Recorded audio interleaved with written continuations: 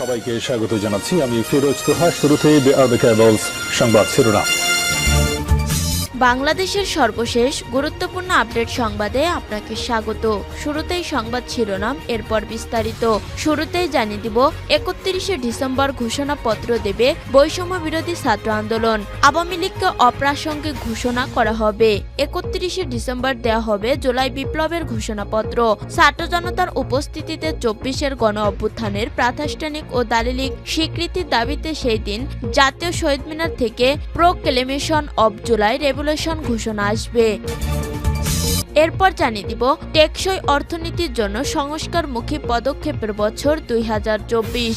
আশা আকাঙ্ক্ষায় ভরা বাংলাদেশ আজ নানামুখী সংকটে জর্জরিত। ১.৫ দশকের একক শাসনের স্বৈরাচারী আচরণ এবং তথাকথিত উন্নয়নের আড়ালে লুকিয়ে থাকা অর্থনৈতিক বাস্তবতা দিন দিন আরো গভীর সংকটের দিকে ঠেলে দিচ্ছে দেশকে। এদিকে জাতীয় সংসদ নির্বাচনই এখন ইসির অগ্রাধিকার। নির্বাচন কমিশনারের দায়িত্বটাকে সুযোগ হিসেবে দেখছে প্রধান নির্বাচন কমিশনার এএমএম নাসির উদ্দিন। এই সুযোগের সদ্ব্যবহার করে তারা জাতিকে একটি সুষ্ঠু সুন্দর নির্বাচন উপহার দিতে চান। তিনি বলেন, দায়িত্বকে চ্যালেঞ্জ নয়, সুযোগ মনে করছি। এই সুযোগটাকে কাজে লাগাতে চাই। এরপর জানিয়ে দিব বিনা বিচারে ৬ বছর জেলে মানারাতে ২ ছাত্রী। জেএমবি সংশ্লিষ্টতার অভিযোগ এনে পুলিশের সাজানো মামলায় গত ৬ বছর ধরে বিনা বিচারে নরসিংদী কারাগারে বন্দী রয়েছেন মানারাত বিশ্ববিদ্যালয়ের ফার্মেসি বিভাগের ২ ছাত্রী। ২০১৮ সালে ছাত্রী মেস থেকে উঠিয়ে নরসিংদীর নীলুফার ভিলায় নিয়ে জঙ্গি নাটক মঞ্চ করে counter terrorism and transnational crime unity CTTC. এদিকে শেরপুরে বাস সিএনজি চালিত অটোরিকশার সংঘর্ষে নিহত ৫। শেরপুরের সদর উপজেলায় বাস সিএনজি চালিত অটোরিকশার সঙ্গে সংঘর্ষে ৫ জন নিহত হয়েছেন। এ ঘটনায় গুরুতর আহত হয়েছেন আরো ২ জন। রোববার ২৯শে ডিসেম্বর বেলা 11:30টায় শেরপুর ময়মনসিংহ মহাসড়কের বাদশালা এলাকায় এই দুর্ঘটনা ঘটে। এবং সর্বশেষ জানিয়ে দিব আজ থেকে শুরু ৪৭তম বিসিএস এর আবেদন। আজ থেকে শুরু হলো ৪৭তম বিসিএস এর আবেদন কার্যক্রম। রোববার ২৯শে ডিসেম্বর সকাল ১০টা থেকে আবেদন গ্রহণ শুরু হয়েছে, যা চলবে আগামী ৩০শে জানুয়ারি রাত 11:59 পর্যন্ত। গত ২৮শে নভেম্বর পিএসসি ৪৭তম বিসিএস এর বিজ্ঞপ্তি প্রকাশ করে। বিজ্ঞপ্তিতে উল্লেখ করা হয়েছিল আবেদনপত্র পূরণ ফি জমা শুরু হওয়ার কথা ছিল ১০ই ডিসেম্বর সকাল 10টায় এবং শেষ হওয়ার সময় ছিল ৩১শে ডিসেম্বর রাত 11:59। তবে সরকারি চাকরিতে আবেদন ফি কমানোর প্রজ্ঞাপন জারি না হওয়া পিএসসি ৪৭তম বিসিএস এর আবেদন গ্রহণ স্থগিত রেখেছিল। প্রিয় দর্শক, এতক্ষণ শুনছিলেন সংবাদ শিরোনাম, এরপর বিস্তারিত। তবে তার আগে বন্ধু জানিয়ে দিন আপনি কোন স্থান থেকে আমাদের সংবাদটি দেখছেন এবং শুনছেন। জানিয়ে দিন এই সংবাদ সম্পর্কে আপনার মূল্যবান মতামত। আর বন্ধু, আপনি যদি আমাদের চ্যানেলে নতুন হয়ে থাকেন তাহলে ভিডিওটি দেখতে দেখতে চ্যানেলটি সাবস্ক্রাইব করে রাখুন, যাতে করে আমাদের পরবর্তী সংবাদগুলো সবার আগে আপনার কাছে পৌঁছে যায়। এবারে বিস্তারিত। ৩১শে ডিসেম্বর ঘোষণাপত্র দেবে বৈষম্য বিরোধী ছাত্র আন্দোলন। আওয়ামী লীগকে প্রাসঙ্গিক ঘোষণা করা হবে। ৩১শে ডিসেম্বর দেয়া হবে জুলাই বিপ্লবের ঘোষণাপত্র। ছাত্র জনতার উপস্থিতিতে ২৪-এর গণ অভ্যুত্থানের প্রাতিষ্ঠানিক ও দালিলিক স্বীকৃতির দাবিতে সেই দিন জাতীয় শহীদ মিনার থেকে প্রোক্লেমেশন অব জুলাই রেভলিউশন ঘোষণা আসবে। রোববার ২৯শে ডিসেম্বর রাজধানীর বাংলা মোটরে বৈষম্য বিরোধী ছাত্র আন্দোলনের কেন্দ্রীয় কার্যালয়ে সংবাদ সম্মেলনে সমন্বয়করা বলেন, পরবর্তী বাংলাদেশ বিনির্মাণের ঘোষণা আসবে জুলাই প্রোক্লেমেশনে। সেই দিন শহীদদের পরিবার ও আহতরা তাদের আকাঙ্ক্ষার কথা বলবেন। একই সঙ্গে শহীদ মিনারে সমবেত হবেন জুলাই গণ অভ্যুত্থানের পক্ষের সকল শক্তি। আগামী নির্বাচন, রাষ্ট্র সংস্কার ও জুলাই বিপ্লবে গণহত্যাদের বিচার সহ নতুন প্রজন্মের আশা আকাঙ্ক্ষার প্রতিফলন নিয়েই এই ঘোষণাপত্র বলে জানানো হয়। এ সময় হাসনাত আব্দুল্লাহ বলেন, আগামী 31শে ডিসেম্বর নাৎসি বাহিনীর সংগঠন হিসেবে আওয়ামী লীগকে অপ্রাসঙ্গিক ঘোষণা ও মুজিববাদী 72-এর সংবিধানকে কবর দেওয়া হবে। সার্জিস আলম জানান, আগামী 31শে ডিসেম্বর বেলা 3টায় কেন্দ্রীয় শহীদ মিনারে অনুষ্ঠান করে এই ঘোষণাপত্র দেবে তারা। এর আগে গতকাল শনিবার সন্ধ্যার পর বৈষম্য বিরোধী ছাত্র আন্দোলন ও জাতীয় নাগরিক কমিটির ভেরিফাইড ফেসবুক পেজে পরপর একই ধরনের দুটি পোস্ট দেওয়া হয়। প্রথম পোস্টে লেখা হয় 31শে ডিসেম্বর 2024 বিপ্লবীরা প্রস্তুত। পরেই পোস্টে ইংরেজিতে লেখা হয় প্রোক্লেমেশন অব জুলাই রেভলিউশন। কাছাকাছি সময়ে ফেসবুকে নিজের ভেরিফাইড অ্যাকাউন্টের পর ইংরেজিতে দুটি পোস্ট দেন অন্তর্বর্তী সরকারের উপদেষ্টা আসিফ মাহমুদ। প্রথমটিতে লেখা হয় কমরেডস নাও অর নেভার, দ্বিতীয়টিকে লেখা হয় প্রোক্লেমেশন অব জুলাই রেভলিউশন। পরে জাতীয় নাগরিক কমিটির আহ্বায়ক নাসির উদ্দিন পাটোয়ারি ফেসবুকে ইংরেজিতে দুটি পোস্ট দেন। প্রথমটিতে তিনি লেখেন all eyes on Shaheed Minar 31শে ডিসেম্বর, সময় বিকাল 3টা। দ্বিতীয়টিতে বলা হয় proclamation of July revolution now or never. সংগঠনটির সদস্য সচিব আক্তার হোসেন ফেসবুকে লিখেছেন, এবছর হবে 31শে ডিসেম্বর ইনশাআল্লাহ। মুখ্য সংগঠন সার্জিস আলম লিখেন, 31শে ডিসেম্বর শহীদ মিনার বিকেল 3টা, এখনই সময় বাংলাদেশের জন্য।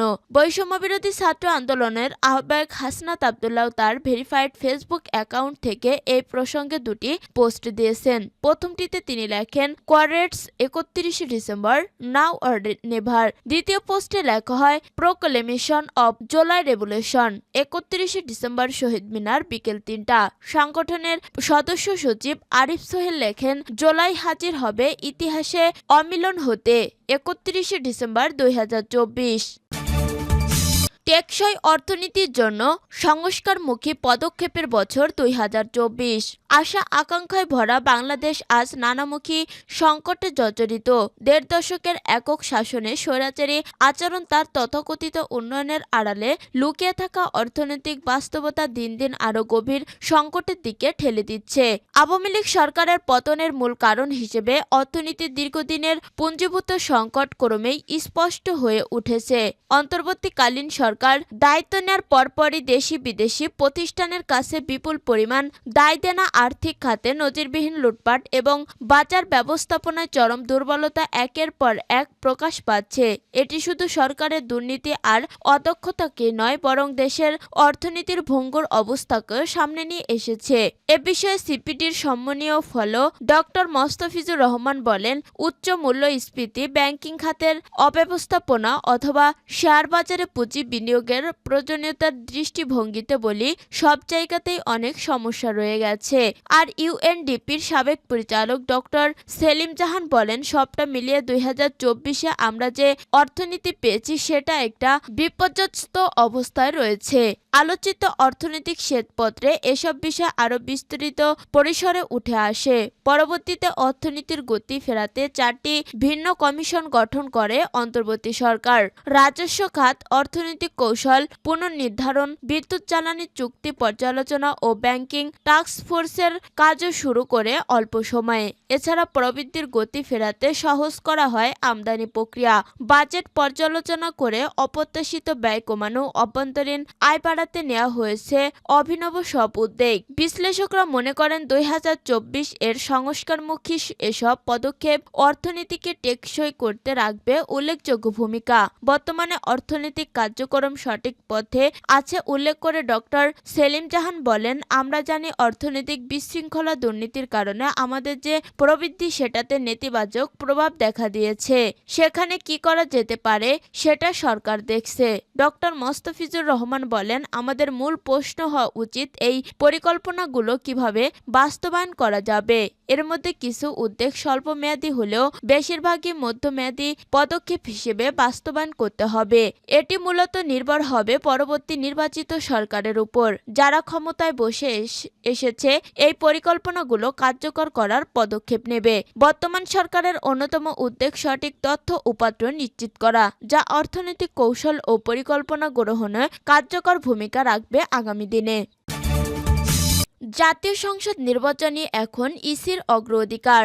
নির্বাচন কমিশনের দায়িত্বটাকে সুযোগ হিসেবে দেখছেন প্রধান নির্বাচন কমিশন এএমএম নাসির উদ্দিন। এই সুযোগের সদ্ব্যবহার করে তারা জাতিকে একটি সুষ্ঠু সুন্দর নির্বাচন উপহার দিতে চান। তিনি বলেন, দায়িত্বকে চ্যালেঞ্জ নয়, সুযোগ মনে করছি। এই সুযোগকে কাজে লাগাতে চাই। নির্বাচন কমিশনে জনগণের আস্থা ফেরাতে সবই করা হবে জানান সিইসি। তিনি বলেন, কমিশন স্থায়ী সরকার নির্বাচনের বিষয় কিছু ভাবছে না। তারা জাতীয় সংসদ নির্বাচনের দিকে এগোচ্ছে। রাজনৈতিক দল, জনগণ এবং অন্তর্বর্তী সরকারের চাহিদা অনুযায়ী জাতিকে অবাধ, সুষ্ঠু ও গ্রহণযোগ্য নির্বাচন অনুষ্ঠানে সিইসি বদ্ধপরিকর। দৈনিক আমার দেশকে দেয়া এক বিশেষ সাক্ষাৎকারে প্রধান নির্বাচন কমিশনার জানান, প্রধান নির্বাচন কমিশনারের সাক্ষাৎকার গ্রহণ করছে আমার দেশের স্টাফ রিপোর্টার। আমাদের সামনে প্রধান কাজ ত্রয়োদশ জাতীয় সংসদ নির্বাচন। এদিকে একগুচ্ছি এবং সেটাই আমাদের অগ্রাধিকার। এদিকে এগোচ্ছে এবং সেটি আমাদের অগ্রাধিকার। জাতীয় নির্বাচনের মতো বিশেষ কাজ যখন সামনে চলে আসে তখন চ্যালেঞ্জ তো থাকেই, কিন্তু প্রথম থেকে বলে আসছি, আমি এগুলোকে চ্যালেঞ্জ হিসেবে দেখছি না, দেখছি সুযোগ হিসেবে। মনে হচ্ছে এ সময় এসে আল্লাহ তাআলার পক্ষ থেকে আমার উপর একটা দায়িত্ব এসেছে দেশকে কিছু দেওয়ার জন্য। আমি বিষয়টিকে এভাবেই নিয়েছি, তাই কোনোটাকে চ্যালেঞ্জ মনে করি না।